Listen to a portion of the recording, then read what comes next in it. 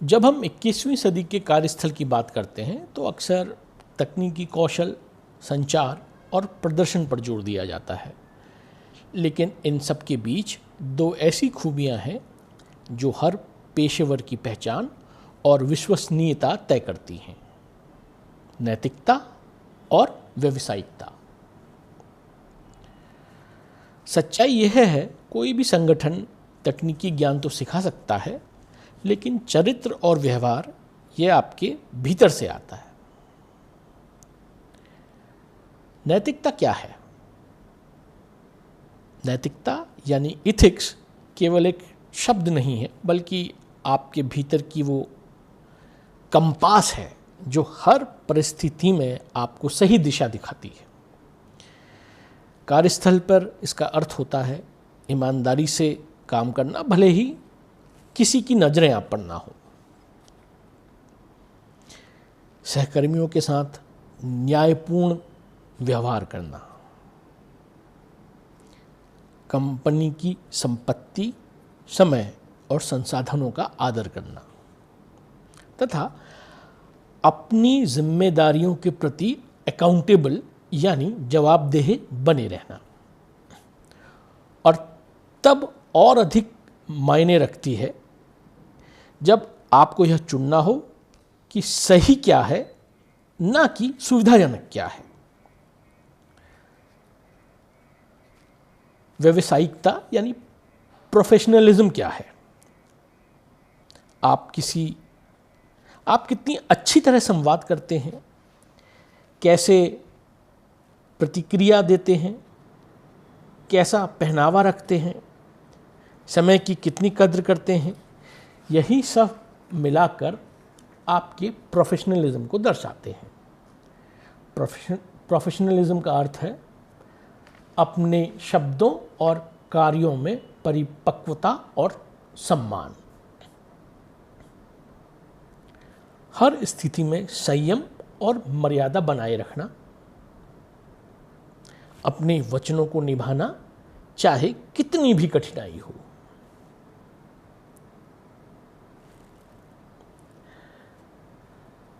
ये दोनों क्यों जरूरी हैं?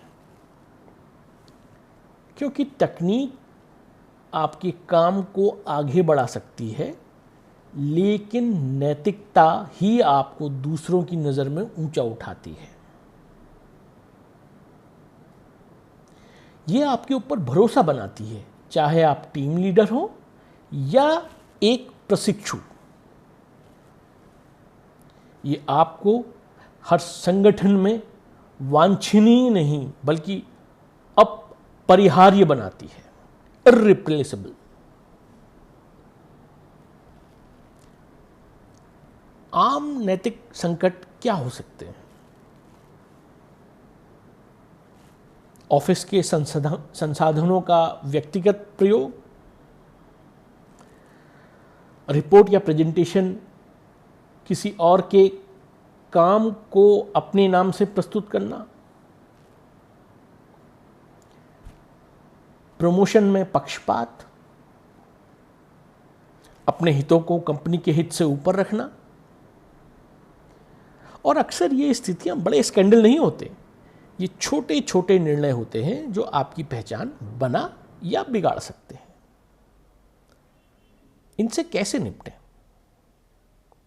सबसे पहला है, संस्था के नियम पढ़ें, उन्हें समझें।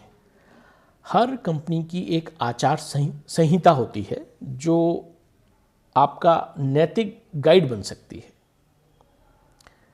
इसके अलावा लीड बाय एग्जाम्पल, नजीर बने। लोग आपके शब्दों से नहीं, आपके व्यवहार से सीखते हैं। कभी गलत को अनदेखा ना करें। यदि कुछ अनुचित हो रहा है तो चुप रहना भी उस गलती में भागीदारी है। इसके अलावा पारदर्शिता रखें, चाहे क्लाइंट्स से बात हो या टीम से। सच्चाई से, स्पष्टता और विनम्रता से पेश आएं। इसके अलावा विविधता और समावेशन का सम्मान करें। यह आज के वैश्विक कार्यस्थल में बेहद अहम है। अब कुछ वास्तविक जीवनों के उदाहरण से इसे समझते हैं। एक कर्मचारी जिसने समय पर रिपोर्ट दी, बाद में उसे पता चला उसमें कुछ गलती है, उसने उस गलती को खुद पकड़कर उसमें सुधार किया और रिपोर्ट कर दिया कि भाई मैंने गलती था, और नया जो मॉडिफाइड रिपोर्ट थी वो दोबारा सबमिट कर दी।